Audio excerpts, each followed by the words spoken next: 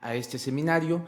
Vamos a iniciar con una de las conferencias que está dentro del orden del día, priorizando a nuestra audiencia que el formato de este seminario no permitirá la interacción con el ponente, pero recibirán ustedes una boleta para que anoten la pregunta que pudieran tener hacia él y posteriormente se daría respuesta a cada una de las mismas.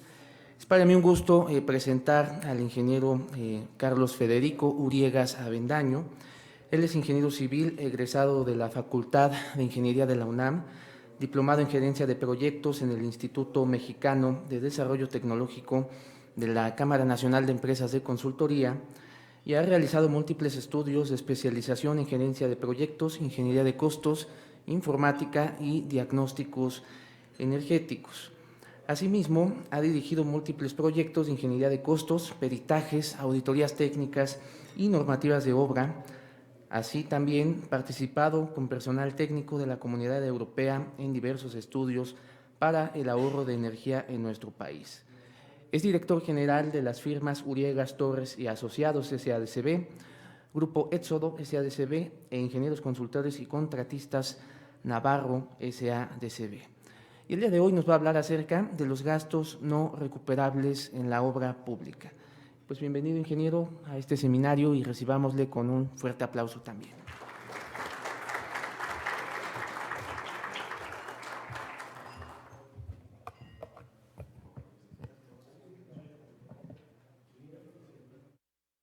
Buenos días, ¿cómo están todos? Bienvenidos a este seminario que tiene que ver con un tema que para todos es conocido, que es los gastos no recuperables, pero en un ambiente de controversias. Entonces, eso tampoco es ajeno a lo que tenemos. Veo aquí gente del sector público que ha participado en la organización de proyectos. Veo también amigos que pertenecen a organizaciones constructoras. Entonces, para ellos, ni para uno ni para otro es un tema que desconozcan o que les duela. Miren, los gastos no recuperables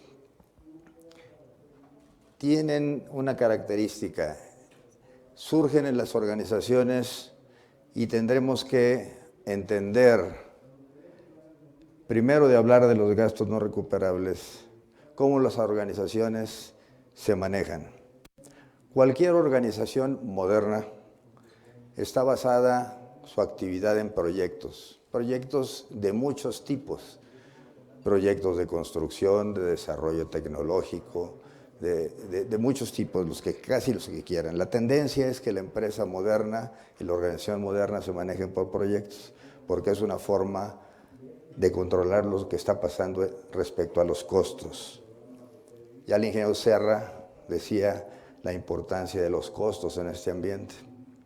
Entonces, esos proyectos los manejan las empresas, ya sea en forma de proyectos, manejados como portafolios de proyectos, o bien como proyectos sueltos. Sin embargo, cuando hablamos de una organización que se dedica a la construcción, y aquí hay muchas, ¿sí?, sus proyectos son, en la mayor parte de las veces, son obras, una o varias obras. Casi todas las obras se desarrollan dentro de algún proyecto. Puede haber más de una obra en un proyecto, pero lo que es cierto es que el ambiente de la obra va a ser el proyecto.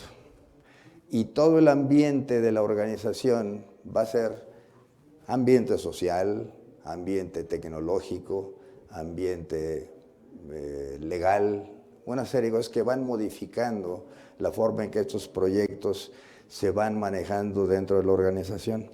¿Por qué quiero hablar de todo esto? Porque hablar de los gastos no recuperables, así de entrada, implica el riesgo, presenta el riesgo de no ponerlos en el contexto del cual surgen. Y eso es una cosa que no solo es riesgosa para las dos partes cuando hay una controversia, sino nos deja fuera de foco o nos permite una evaluación objetiva del problema. Aquí en la gráfica, mi apuntador se desconectó de aquí, pero bueno, la gráfica se muestra que las obras cumplen con los objetivos del proyecto. Y dado que los proyectos son la forma en que la organización se mueve hacia adelante para lograr sus objetivos, pues resulta que los mismos obras de construcción están ligadas a los proyectos y a los objetivos organizacionales. Es decir, lo que se haga en los proyectos impacta en el proyecto, lo que se haga en las obras impacta en el proyecto al que corresponden y impacta en la estrategia general de la organización. Eso es importante porque cuando hablamos de gastos no recuperables o de gastos en general, muchos de ellos tienen que ver con cambios o modificaciones en el ambiente, ¿correcto? El ambiente, entendido como aquello que está fuera de la organización muchas veces. Las obras o proyectos se desarrollan en un ambiente cambiante en el que las condiciones sociales, las condiciones técnicas van manejándose, van cambiando y entonces hay que adecuar todo eso para que el proyecto se mantenga vigente. Si se dejan,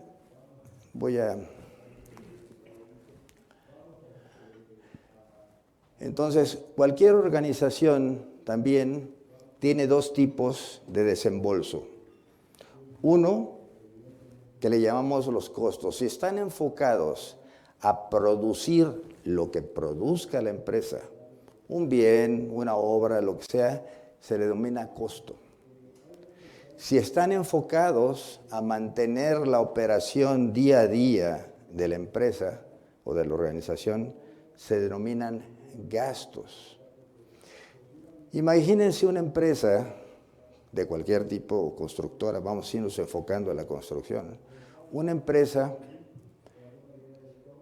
que tiene puros gastos. ¿Ustedes la concebirían? Pues no, ¿verdad? Entonces, ¿de dónde salen los gastos?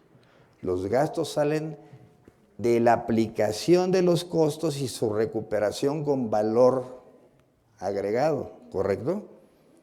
Entonces, si yo tengo costos dedicados a producir bienes o servicios con un valor agregado, de ese valor agregado puedo mantener aquellas operaciones de la empresa que me ayudan a mantenerla funcionando. La tendencia actual que veíamos en la lámina anterior es que las empresas dejen como proyectos la mayor parte de sus operaciones, ¿sí? Y que deriven a gastos la menor parte, para que solo aquello que no esté ligado a un proyecto para que se pueda recuperar, se quede en las utilidades de la empresa, o sea, se derive de las operaciones. Si un proyecto está bien concebido, una obra está bien concebida, quiere decir que de los costos de la empresa van a salir todos los gastos asociados a ella.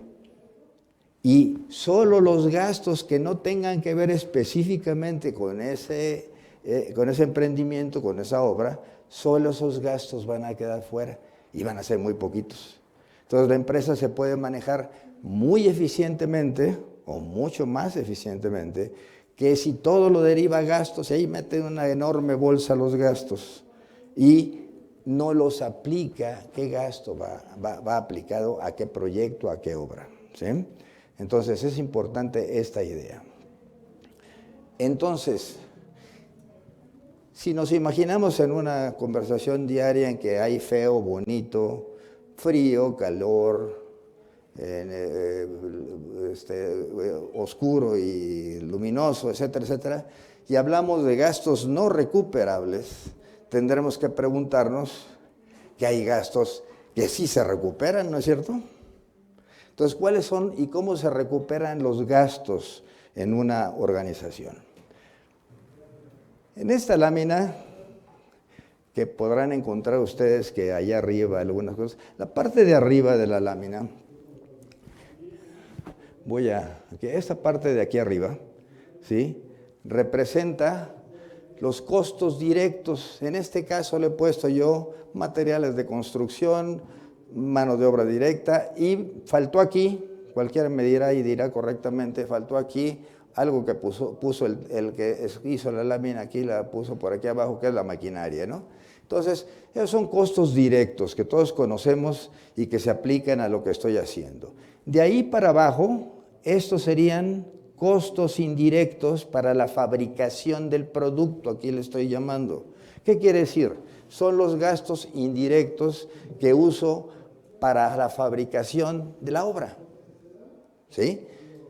Y más abajo, de aquí para abajo, están los gastos indirectos de lo que le llamo yo externos. ¿Externos a qué? Pues externos a la propia obra, ¿sí? Todos estos gastos que están aquí, tanto directos como indirectos, tienen que ver, son y existen por razón de la obra.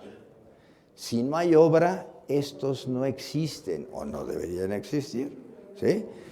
Estos, sin embargo, son gastos generales de la empresa. ¿Que de dónde salen? Pues tienen que salir de lo que produce cada proyecto, ¿no es así? Pero se aplican proporcionalmente y ahí las empresas usan diferentes criterios. El más socorrido es que entre mi operación prevista para el año, yo considero cuánto cada proyecto va a aportar a mis operaciones y divido en esa proporción mis gastos generales, que son los que aparecen en la parte de abajo. Entonces, al proyecto o a la obra le corresponderán sus propios costos, tanto directos como indirectos. Si no hay obra, ni los costos directos ni esos indirectos existen. Pero estos gastos, ¿sí?, se están recuperando en esta obra a través de esa ejecución. ¿Qué pasaría? Vamos a hablar de esto un poquito más tarde. ¿Qué pasa cuando esto y esto pierden ese balance? Cuando parte de estos costos, ¿sí?, ya no son costos, se convierten en gastos. Vamos a ver cómo se pueden convertir un costo que me genera valor valor agregado, valor de retorno. ¿Qué pasa cuando ya no produce eso?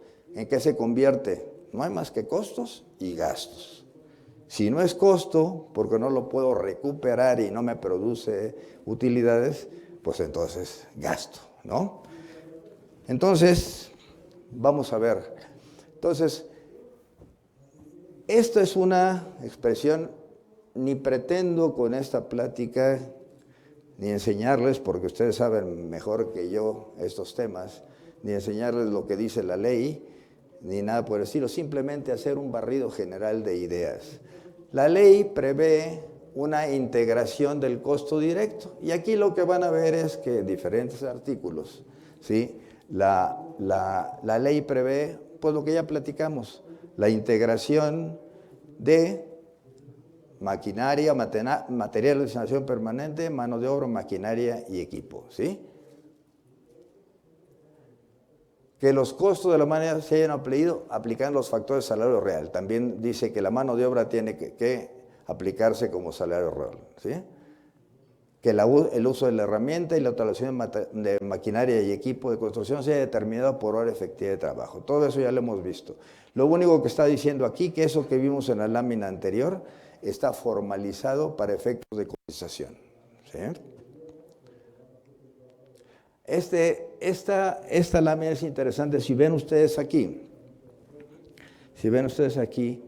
habla de congruencia, ¿cierto? O sea, congruencia con el tabulador de salarios. Aquí tiene que ver ya con el ambiente, ¿no? No es lo mismo hacer una obra aquí en la Ciudad de México que hacerla en la Ciudad de Tijuana o hacerla en la ciudad. Entonces, tienen que ser congruentes. Entonces,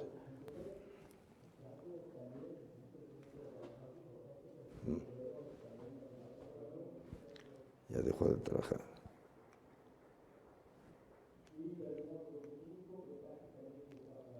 Perdón, pero ya.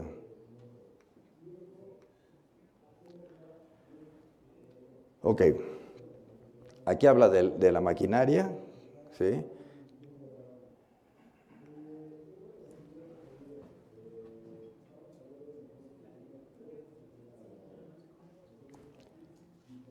Ok, y esta es la expresión de la parte de la integración del costo directo que hemos visto y ya conocemos de sobra, ¿no?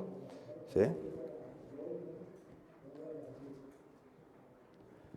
En cuanto a los costos indirectos, y este es importante por los que los costos indirectos incluyen un montón de cosas, pero además no solo incluyen ese montón de cosas en la parte que le corresponde allá arriba a la gráfica, ¿no? La parte que tiene que ver con la producción. También incluye todo eso que yo tengo que considerar de mi operación a nivel central y que voy a distribuir en el proyecto.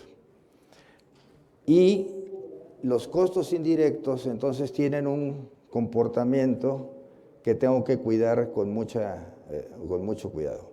A ver, todo esto me lo voy a pasar porque ya se lo conocen ustedes con suficiencia profundidad, pero es para que recordemos todo lo que está considerado en los juegos.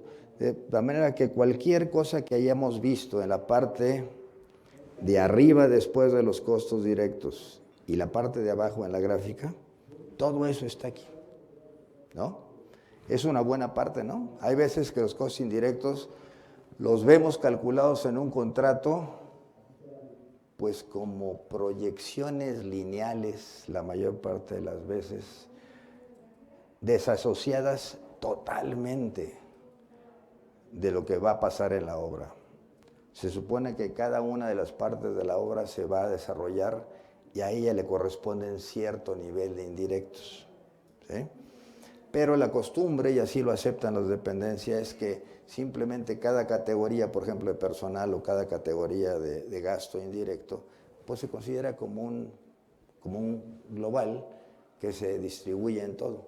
Eso sería válido para el caso de la distribución de los gastos indirectos a nivel central. Entonces, sí, tengo tanto y tanto y tanto que necesito distribuirlo, distribuye. Sin embargo, para los gastos indirectos de la obra, creo yo que deberíamos ser un poco más analíticos, porque a la hora que varía el programa, lo que sea, nuestros indirectos pueden andar comportándose de una manera muy poco. Y aunque están reflejados en el precio unitario como un porcentaje, es importante considerar de dónde salieron, ¿no? Bien, entonces, perdón aquí, pero no tengo forma de avanzar esto. Bueno, este es el formato que ya conocen para vaciar todas las cantidades consideradas para fines de indirectos, ¿eh? Y esto sería pues el resultante del precio unitario, ¿sí? La expresión del precio unitario. Vamos a hablar un poco de los proyectos. Decía, miren, el futuro es algo que nunca conocemos. Cualquiera de nosotros podrá decir lo que piensa hacer mañana o pasado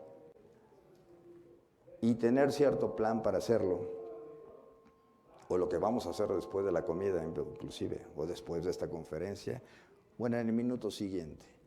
La verdad es que nadie sabe. Son apreciaciones y son cosas que esperamos que sucedan, ¿no? Pero el futuro siempre es incierto. Siempre, siempre, siempre es incierto, ¿no? Cualquiera puede decir que ha planeado hacer un viaje y nos enteramos que no lo hizo. ¿Por qué? Pues cuando lo planeó, pues no sabía ese futuro, obviamente, ¿no? No tenía por qué saberlo. O el otro que pues ya no está con nosotros cuando había planeado el mismo viaje, ¿no? Lo que quiero decirles, cuando pensamos en los proyectos y en las obras, tendemos a pensar en un ambiente controlado, en un ambiente en que lo que planeamos, que además lo planeamos con una incertidumbre alta, que la bajamos ¿cómo?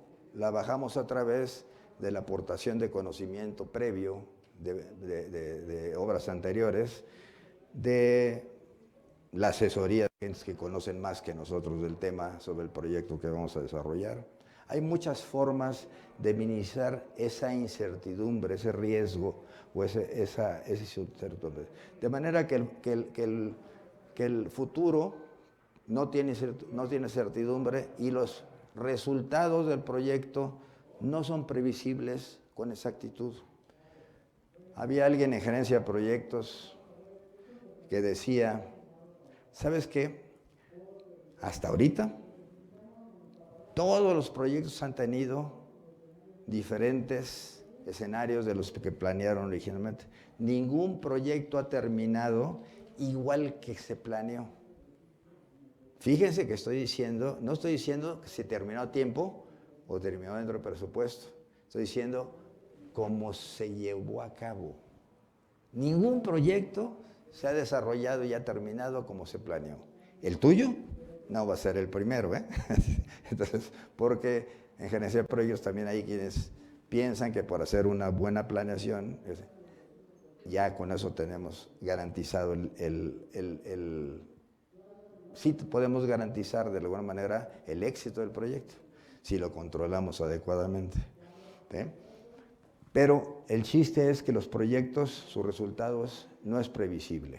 Porque el riesgo, cuando hablamos de riesgo de que las cosas cambien y los gastos no recuperables, fue un riesgo que ocurrió sobre los costos, ¿sí? Que ya no pude recuperar costos y los volví gastos.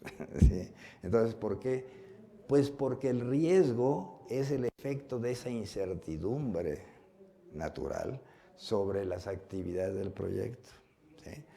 Si a eso le aumentamos una planeación deficiente que no aporte o no contenga todos aquellos inputs de gente que conocen, ¿sí?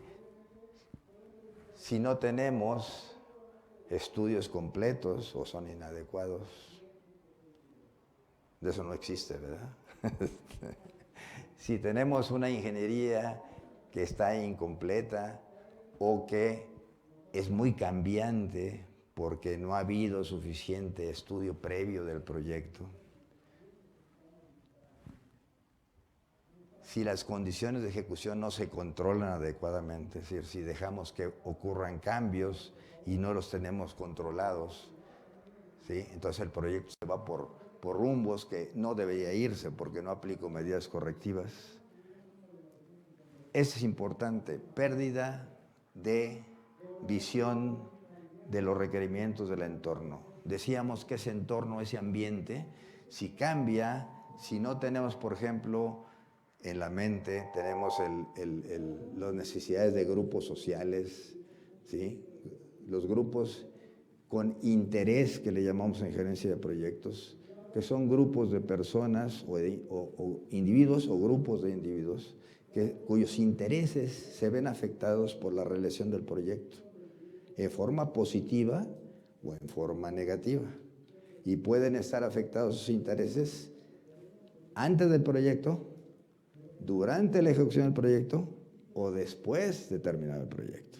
¿Sí? Pregúntenles a algunos grupos ahí por una obra que casi nadie conoce, allá en la zona de Interlomas, ¿qué pasó cuando les trataron de poner ahí el viaducto del tren? No. Ellos estaban afectados cuando se terminara la obra, aparte de las molestias y todo, cuando se estaba ejecutando la obra, ¿sí? Y una respuesta inadecuada a los cambios de proyecto. Bien, entonces, todo esto tiene que ver, todos estos factores tienen que ver con una gestión adecuada o más bien inadecuada de todo ese entorno del proyecto, los requerimientos del proyecto. Si un proyecto cambia, porque tiene que cambiar, sabemos que es parte de la naturaleza del proyecto, ¿qué tenemos que hacer? Pues tenemos que mantener esos cambios controlados. Si pasa algo en el proyecto, ver hacia el futuro cómo afecta el programa, el costo, todas las partes que está, el tiempo del proyecto, y hacer las medidas correctivas que permiten que esos efectos no se multipliquen hacia adelante del proyecto, porque conforme avanza el proyecto y estos efectos se multiplican, se va haciendo una bola de nieve, ¿no? Entonces al ratito todo cambia en el proyecto. Es que todo cambió. Sí, todo cambió porque empezó con cambios que no controlaste y se siguió con más cambios y otros y otros y otros, y al ratito ya no puedes sino vivir en el caos. Cuando un proyecto cambia suficiente, sus costos se mueven significativamente. Se mueven los costos directos, los indirectos, y parte de esos costos no solo aumentan, sino parte de los costos se mueven hacia gastos. Entonces vamos a ver un poquito adelante en unas gráficas el efecto que tienen, sobre todo en el caso de suspensiones, sobre los costos y sobre estos famosos gastos no recuperables, ¿sí? Fíjense que la ley, el reglamento de la Ley Federal del Presupuesto y Responsabilidad Hacendaria, en su artículo 66, dice que los pagos que efectúen las dependencias y entidades solo podrán estar ligadas a cosas devengadas. ¿Y qué son los gastos no recuperables? Pues un cobro sin devengado, ¿no? Es un gasto que al menos en la ley, en el reglamento de la Ley de Presupuesto no se prevé. Sin embargo, en la Ley de Obras Públicas sí se prevén. Alguien se inventó la forma y la metió a la ley de cobrar sin trabajar. Padre, ¿no? No, no es cierto. Pero la verdad es que eso es lo que es. Lo que es un gasto no recuperable es cobrar sin trabajar porque está en el marco de la obra, ¿no? Entonces, olvidándonos de quién fue responsable o qué no, el chiste es que en el fondo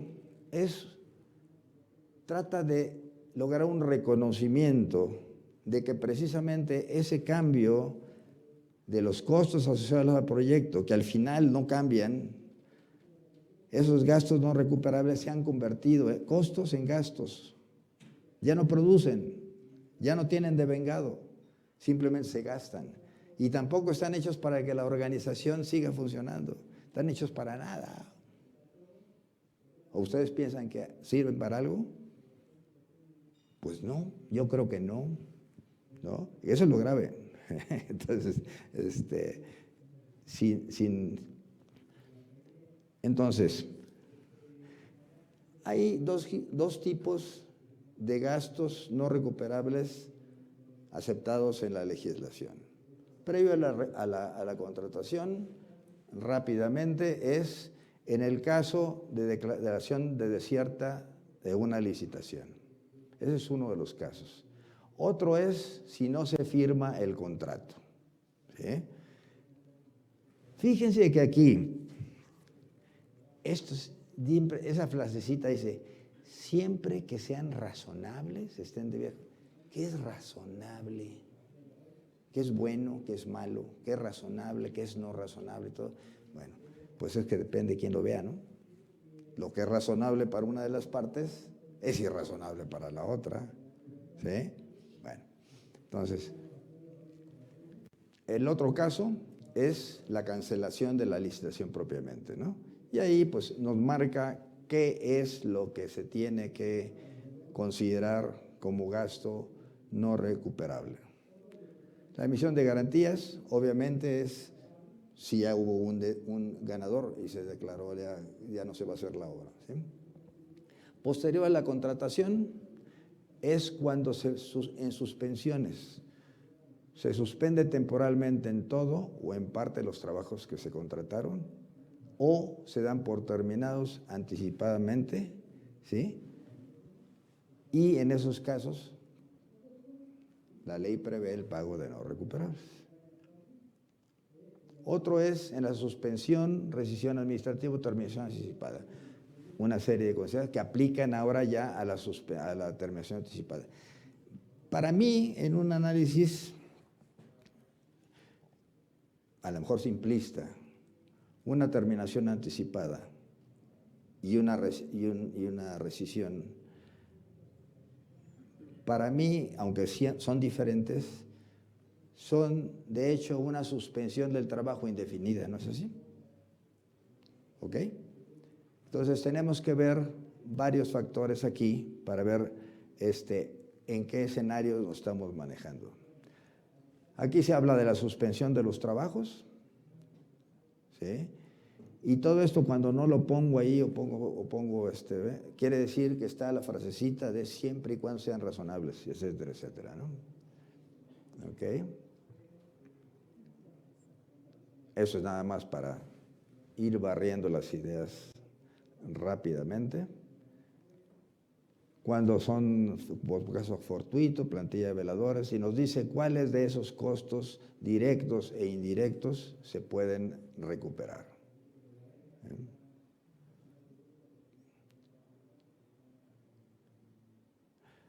Aquí en este caso, si ven ustedes, y ya metiéndose en el tema de valoración de los gastos no recuperables, y cuando hablamos de suspensiones parciales,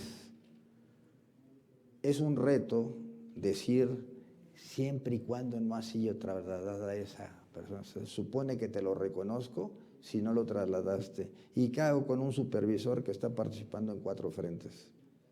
Lo parto en cachitos, le doy un brazo a un frente, le corro un brazo y el otro lo sigo. Digo, hace muy poco sentido ya en un ambiente de ejecución real, ¿no? Todo eso genera controversia, ¿no? Okay. Aquí nos dice el tipo de gastos que van asociados a una terminación anticipada. Y aquí incluye, por supuesto, lo que ya se haya hecho, lo que haya aportado el contratista como materiales o insumos básicos, pero que estén ahí y que estaban dedicados a hacer obra, etcétera, ¿no? Y la liquidación del personal, por supuesto. En resumen, tenemos estas 3, si las queremos resumir, estas 3 condiciones en que se reconocen los gastos no recuperables previos a la contratación y estos, ¿qué pasó aquí? Se me congeló aquí. Y estos 3 posteriores a la contratación. Los primeros, pues aunque sí podrían reclamarse, y de hecho se reclaman, nunca llegan a una controversia, ¿no? Y mucho menos a un medio alternativo de solución de controversias, ¿no? Son los importes involucrados en eso son relativamente bajos, ¿no? Sin embargo, los que están posteriores a la contratación sí suelen ser muy importantes, sobre todo si el proyecto ha sufrido cambios muy importantes, suspensiones importantes. Entonces, la gestión de los no recuperables sí puede llegar a ser un tema importante en monto, sujeto a una controversia fuerte, y después se tiene que usar algún método alternativo, es decir, no llegar a las instancias jurisdiccionales, ¿verdad? Tipos de reclamos por gastos no recuperables. Algunos son por equipo en espera y equipo en reserva, ¿sí? En general, no pretendo con esto cubrir todo, pero como ejemplo, ¿no? Por costos indirectos, los indirectos de oficina de campo y los indirectos de oficina central. Y en algunos casos en que la maquinaria, por efecto de las suspensiones, se tiene que mover de su condición de activo a una condición de inactivo, ni siquiera en reserva, ni siquiera en activo o en espera, ¿sí? Entonces, el personal puede derivarse, decir, bueno, pero el personal es especializado, hay personal que necesito para operar ese equipo, ¿sí? Y entonces lo muevo a no recuperables, como aparte de no recuperables.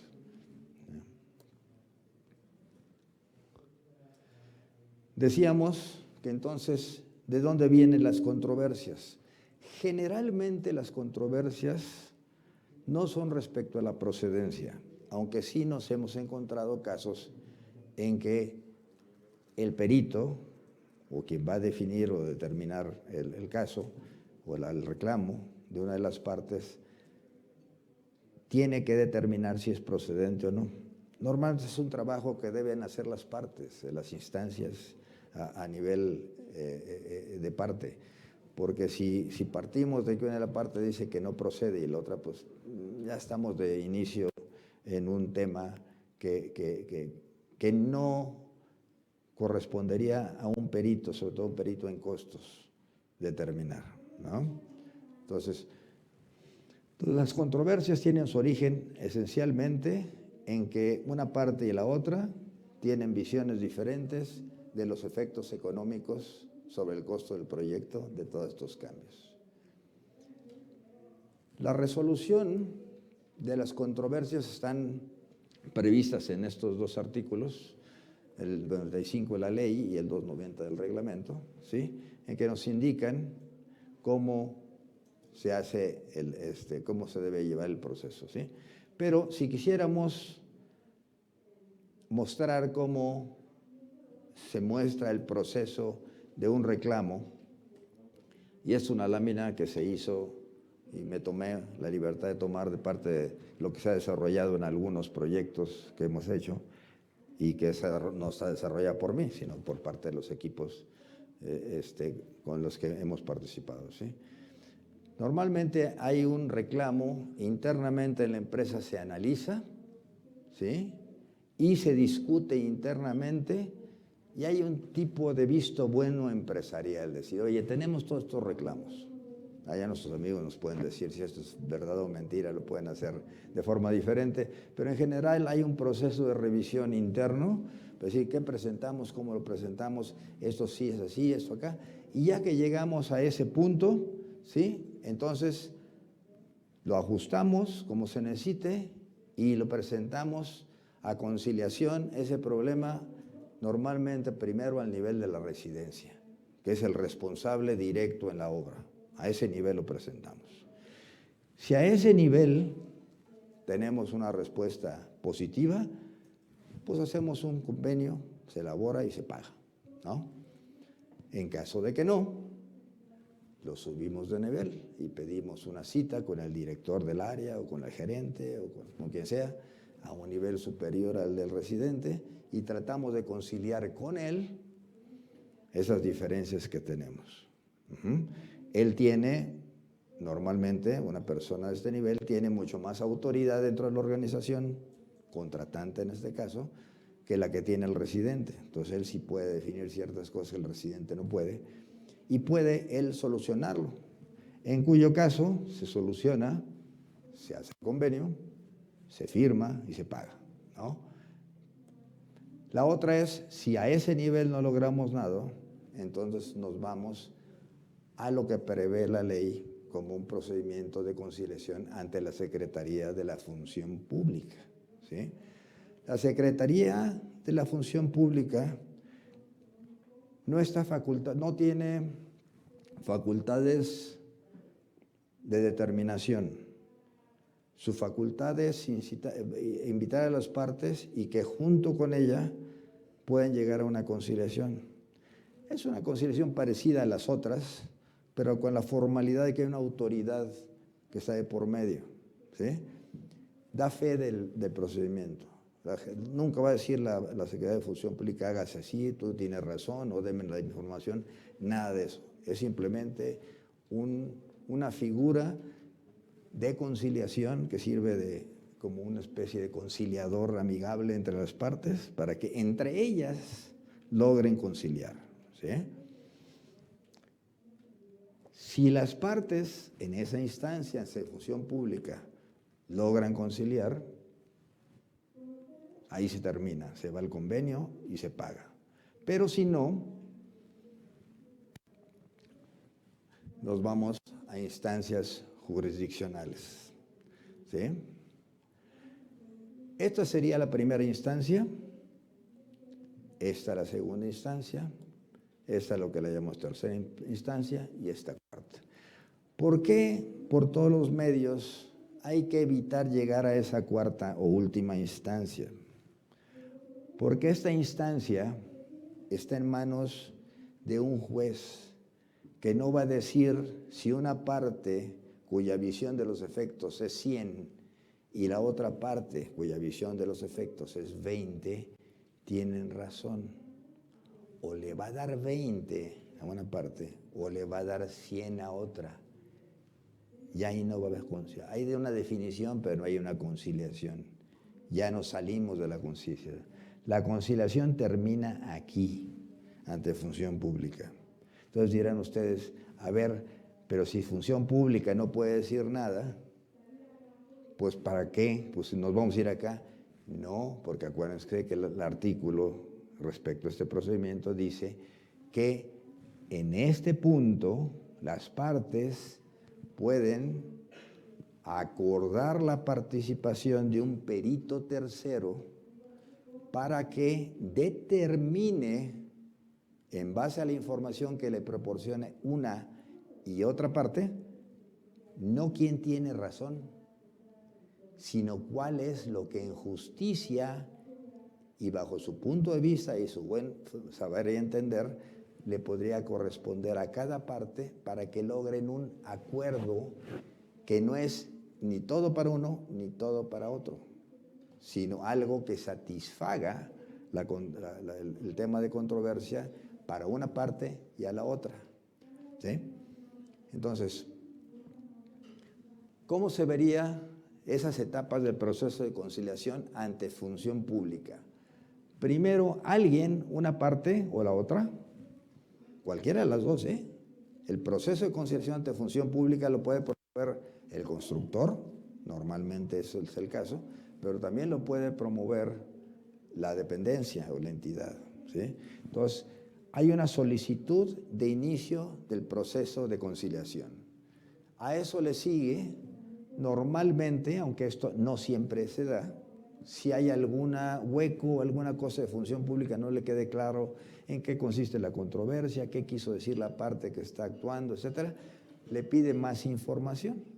Una vez que le presenta esa información, la Secretaría de Función Pública convoca a las partes para iniciar el proceso de conciliación. Se inician juntas de conciliación entre las partes, ¿sí? Y si ahí, decíamos del otro lámina, si en función pública las partes acuerdan algo, pues se va y se arregla, ¿no? ¿Sí? Pero si no, las partes convienen en recurrir a una tercería. Aquí el beneficio de esta previsión es que, a diferencia de un juicio en que cada parte presenta su perito, ¿sí?, para poder determinar lo que proceda, en este caso las dos partes acuerdan que el perito sea el que ellos quieren. Es alguien que normalmente tienen suficiente confianza por sus antecedentes profesionales, por lo que ustedes quieran. Y dicen, a ver, de esta lista de peritos, ¿cuál te parece a ti? Pues me parece el 3 y el 4. ¿Y a ti? Pues a mí el 3 y el 5. ¿Te parece que el 3 esté bien? Va. Entonces, normalmente lo que se hace es, para no estar brincándole cosas, porque después de esto, las partes acuerdan aquí que lo que determine ese perito sea vinculatorio. Es decir, yo no sé lo que vaya a decir él, tú le das tu información y tú la tuya, pero al final yo estoy de acuerdo en lo que, yo tengo que estar de acuerdo en lo que él dijo, él va a decir y tú también, ¿sale? Ok, se anota, eso es lo normal, porque si no fuera así, ¿qué ocurre? Si con la aparición del perito una de las partes dice, no, perito, no, pues nos vamos ¿a dónde? Nos vamos directito a la instancia que queríamos evitar. Entonces es un buen método. Han surgido, ya lo va a hablar suficientemente amplio el ingeniero Nava de los otros, es un medio alternativo de solución de controversias. ¿Por qué alternativo? Porque al final de cuentas este es al que se podría llegar, ¿sí? Este tiene el beneficio que estaba diciendo más que si alguna de las partes decide irse por este camino de que no, y se va aquí, este juez, como está previsto esta conciliación en ley, le va a decir, hay previsto un método de conciliación, ¿ya lo agotaste? No, te regresas y lo agotas, ¿sí? Entonces, es difícil salirse de aquí para lograr llegar aquí brincándose eso, hay que agotar este procedimiento. Cuando esto está ya y el perito ya ha dictaminado, una de las partes llegan aquí y el juez lo que va a decir, ustedes convinieron en que él fuera, pues págale, ¿no? Entonces nos evita muchos líos.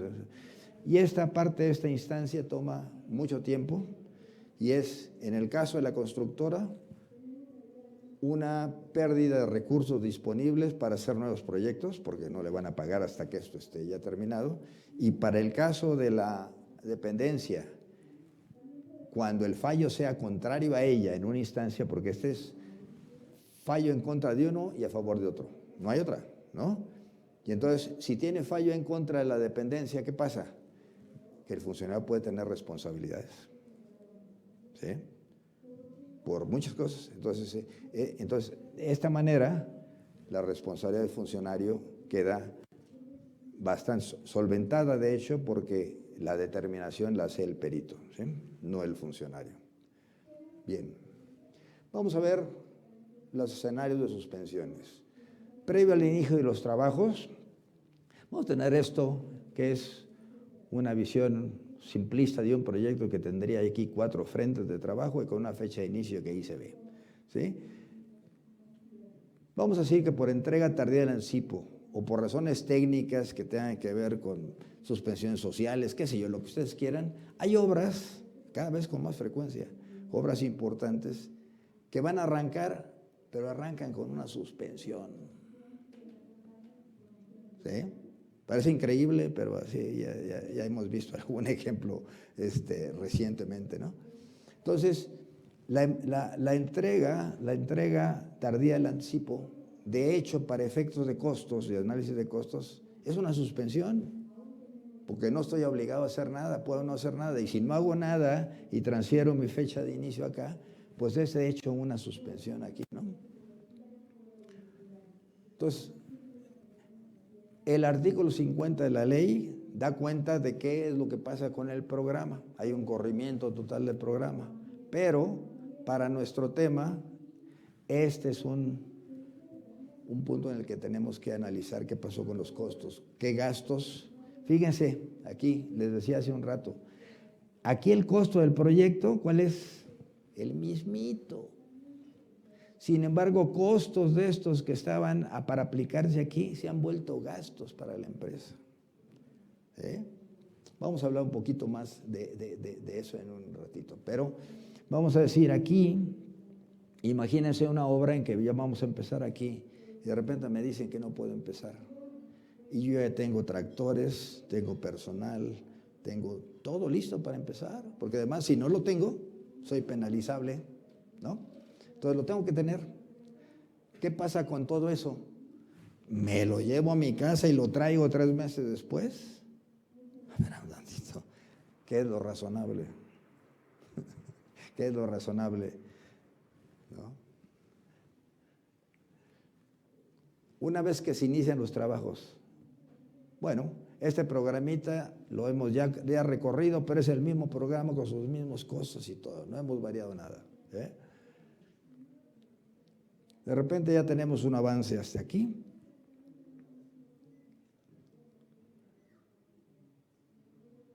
Y se presenta una suspensión total.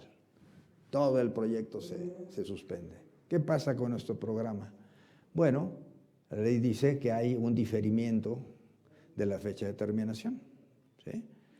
Y eso da cuenta el artículo 127 y dice que los atrasos al programa no son penalizables. ¿Ok? Simplemente se vuelve a correr la parte no ejecutada de la obra, ¿sí? Sin embargo, se crea otra zona de análisis de gastos no recuperables, que lo mismo pasa. Ya todo esto que se venía haciendo Pues sí, efectivamente hay personal, hay maquinaria y todo que se pueden retirar si cuesta más barato si ese flete de ida y vuelta cuesta más barato que tenerlo. Pero aquí tenemos un problema. Ustedes cuando ven una suspensión, de que está una suspensión, normalmente dice la suspensión es de aquí y con fecha probable de inicio en tal fecha. ¿En dónde dice que tiene que ser ese lapso? Yo no lo he visto en ningún lado.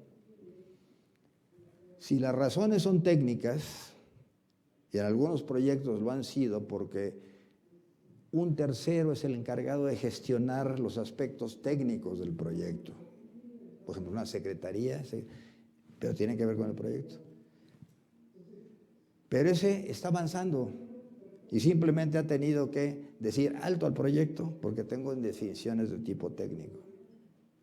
Pero ¿qué pasa si a la segunda semana decretada la suspensión, o al tercer día, o antes de que termine el plazo que ha sido determinado como fecha en que se pueda iniciar la suspensión, se reanudan los trabajos o se tienen resueltos los problemas?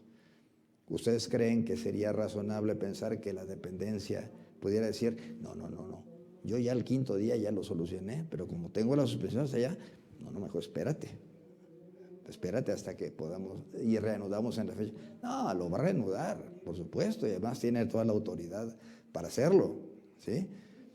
¿Qué pasa si la suspensión es debido, aunque no debería ocurrir, a que no hay recursos suficientes? La ley prevé que las obras tienen que hacerse cuando se cuenten con los recursos suficientes, cuando se cuente con el proyecto suficiente, todo eso, pero no ocurre. Entonces, ¿qué pasa igual si me dan una suspensión por 3 meses, por decir algún ejemplo, por motivo de insuficiencias, de que yo no tengo los recursos, no tengo suficiencia presupuestal en ese momento, no me han derivado de Hacienda los recursos que estaban previstos para ese proyecto? Entonces, como dependencia no puedo hacerlo, no puedo continuar. Entonces, declaro una suspensión para evitar caer en pagos impuntuales y todo lo demás. Pero igual al segundo día, tercero, quinta semana, lo que sea, pueden caer los recursos y va a decir la empresa, se reanuda. ¿Qué hago yo sobre todo si aquí tengo personal especializado que me ha pedido la misma dependencia que tenga? Me pidió que estuviera Einstein. Ya le tengo a Einstein. Ahora, a Einstein lo mando a su casa y lo regreso cuando me diga. ¿Qué pasa cuando tengo un equipo o hecho para la obra, exprofeso, o de difícil consecución, ¿sí? O que no lo puedo mover? Ya lo vamos a ver. Pues tampoco lo puedo mover, ¿verdad? Entonces, el análisis de los gastos no recuperables aquí, tiene que analizar una serie de factores, que no es fácil a veces, ¿no? Muy bien. Ahora ya ha transcurrido esto y estamos aquí en esta parte del tiempo y aquí se da una suspensión parcial. Esta suspensión afecta a estos dos frentes, no a toda la obra, afecta a esos dos frentes nada más, ¿sí? ¿Qué pasa aquí? Este frente, pues simplemente se hizo más tarde, o sea, se ordenó que se reactivara y llevó el mismo tiempo. Este frente, pues una parte llevaba ya hecha y la otra se hace, pero la duración total no tuvo afectación. Ahí no tengo ningún problema, ¿sí? ¿Sí? Pero este frente que tenemos aquí, en lugar de las 2 semanas que iba a llevar, pues o las 3 semanas, ahora lleva 5. ¿Por qué? Porque se han dado, nada tiene que ver con esa suspensión parcial, pero aparte de la suspensión parcial, una vez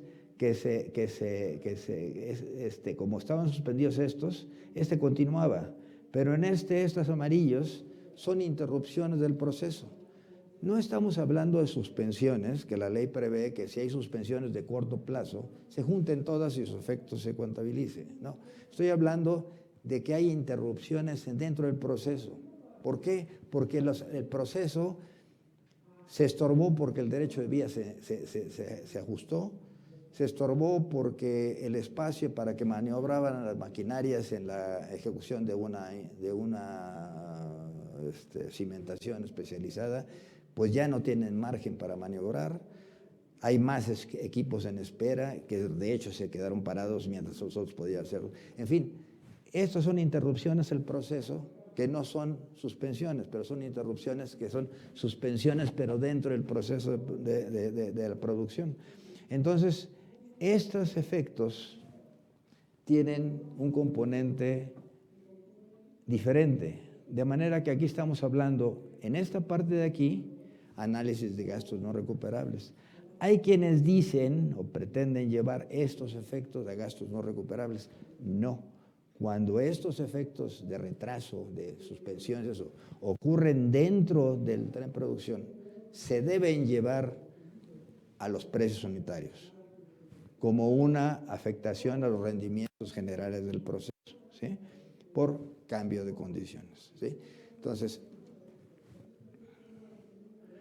Entonces, rápidamente, en cuanto a la maquinaria, las consideraciones que hace la ley son, fíjense, requiero contar con los estudios, proyectos, especificaciones, normas, calidad de proyectos totalmente terminados. Los que hemos visto quiere decir que esto no ocurrió o no ocurrió en todas las veces, ¿sí? Y que permite, esto debe permitir ejecutar los trabajos hasta su conclusión de manera ininterrumpida. Es una consideración que se rompe, ¿cierto? Otra es, solo puedo iniciar la ejecución cuando tengo los estudios completos de ingeniería y el presupuesto total o de cada ejercicio presupuestal. Esos escenarios de suspensión lastimosamente tienen que ver con el incumplimiento de estas dos cosas que estamos viendo, ¿sí? Otra dice que los recursos de construcción, equipo de construcción, sean los adecuados, necesarios y suficientes para ejecutar los trabajos de transición, ¿sí? Cuando decimos esto, ¿qué tiene que ver? Pues tiene que ver con que adecuados, partiendo de las especificaciones, no son generales, sino particulares de lo que se va a hacer. Y entonces podemos tener ahí equipos especializados o difíciles de conseguir, ¿sí? ¿Sí? Porque dice que las características, capacidad de maquinaria del equipo de construcción sean adecuadas para desarrollar el trabajo en las condiciones particulares. 2 minutos para concluir. Okay. Y esto es lo que acredite, igual aplica en el caso de del personal, ¿verdad? Cuando se hace una evaluación técnica, todas esas partes de la formación de experiencia del personal están consideradas por la dependencia. ¿Sí? Entonces, cuando tenemos que hacer un análisis de los gastos no recuperables, tenemos que irnos primero, ¿qué pedí en la base de licitación? Tenemos personal con perfiles especiales exigidos por la convocante, que no los puedo mover fácilmente. Tengo equipo especializado o de fabricación única, como escudos de fabricación. Tengo especificaciones particulares especiales. Los impactos sobre la maquinaria. Tengo maquinaria fija de difícil movimiento, que puede ser un escudo, una lanzadora de traves, de viaducto, etcétera, etcétera. O plantas de concreto, etcétera. Puedo ajustarlo en la maquinaria en función de las actividades suspendidas. ¿Y cuál es mi posibilidad si opto por una de mantenerlas y reconocer el costo o llevármelas ante un escenario de inminente reanudación? Los impactos sobre la mano de obra y recursos, los personales de alto perfil normalmente los tengo que dejar, no los puedo quitar, ¿sí? Hasta niveles a veces de supervisores, ¿no? El personal con perfiles especiales, y conforme avanza el proyecto, más difícil me es quitar gente, ¿sí? Entonces lo tengo que mantener porque tienen todo el know-how del proyecto. Si los quito, tengo el riesgo de que se me haga un lío la obra una vez que se inicie, ¿sí? Y el personal de recursos indirectos, como los indirectos, es una enorme bolsa que está distribuida por proyecto. Esos, pues los tengo que distribuir en el proyecto, ni modo. Si no, ¿quién va a pagar esos? Pues las utilidades de mis otros proyectos, ¿ok? Entonces, esas son consideraciones que tiene que hacer el juzgador, ¿no?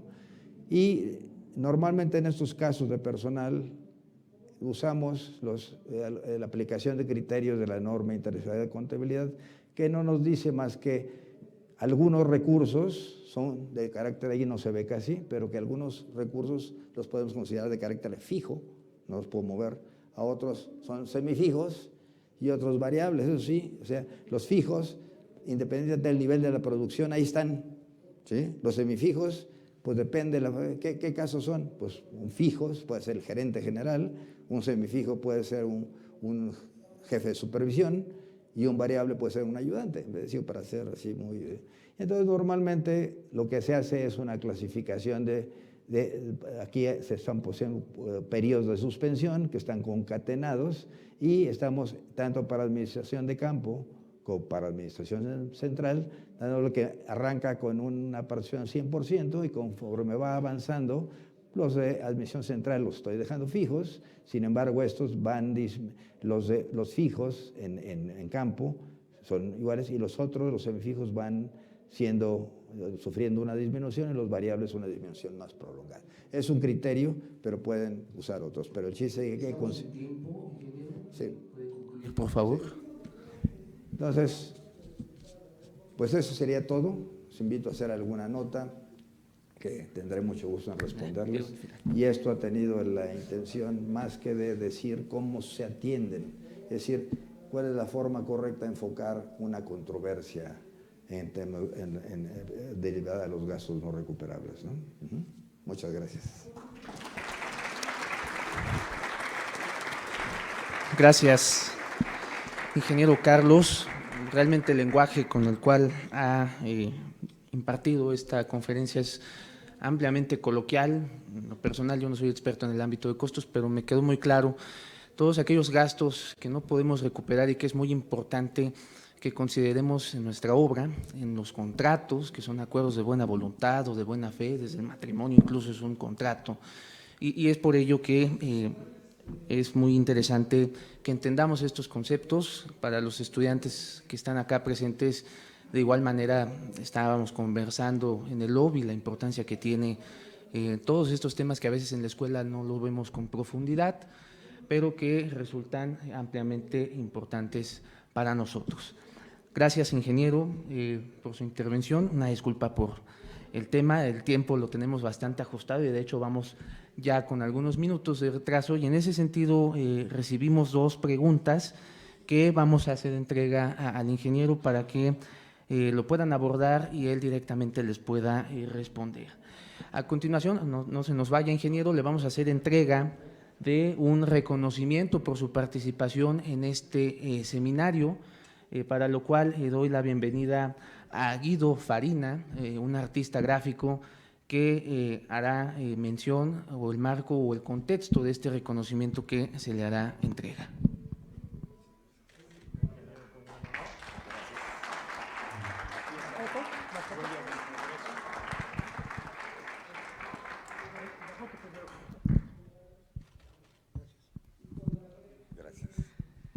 Ingeniero, con gran honor, a nombre de todos los presentes, es un pergamino de café que se traza con lápiz, marcando las huellas del progreso bajo este equilibrio, y pues un honor estar aquí con todos ustedes como pintor, aprendiendo también de la grandeza de la ingeniería y sobre todo la infraestructura y todo lo desarrollo del equilibrio. Gracias.